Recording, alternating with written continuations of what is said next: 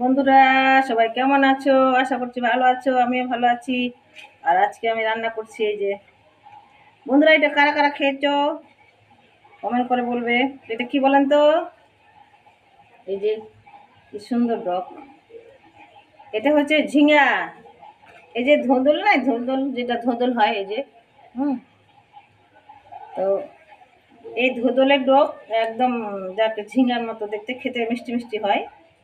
এটার ডোকটা খেতে বেশ সুন্দর, খেতে খুবই সুস্বাদু।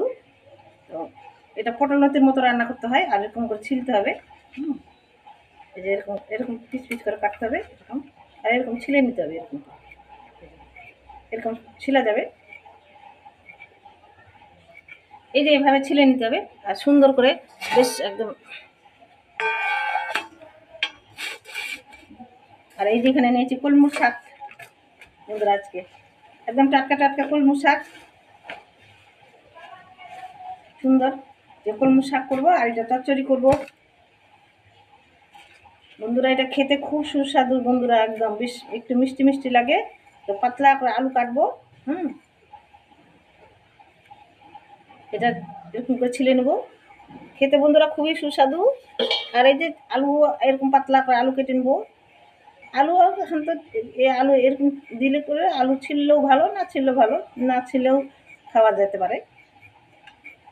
সুন্দর করে রান্না করে এরকম করে।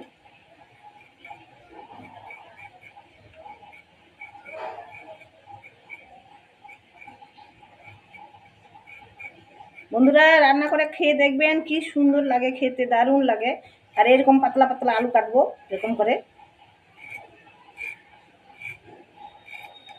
আর এরকম এরকম করে কেটে নেবো, আর এরকম করে ডোকটা কেটে নেবো সুন্দর করে।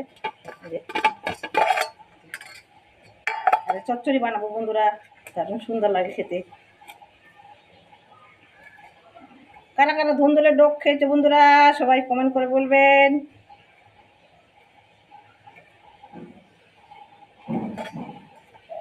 কি সুন্দর ডোকগুলা মোটা মোটা হয়েছে একদম। এই যে কুচি কুচি ডোক নিয়ে এসেছি মোটা মোটা, এই যে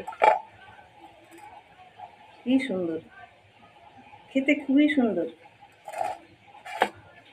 একটা কাঁচা গন্ধ বন্ধুরা, আমি একটু কাঁচা শাকসবজিগুলা একটু খেতে ভালোবাসি। তো আমার ভিডিও আছে কাঁচা সবজি খাওয়া, আর এত সুন্দর লাগে। কাঁচা সবজির গন্ধটা খুবই সুন্দর লাগে। এটা দিয়ে আমি মনে করি যে কাঁচা খেয়ে নেবো, তার মধ্যে আমি কাঁচা খেতে পারবো। এই যে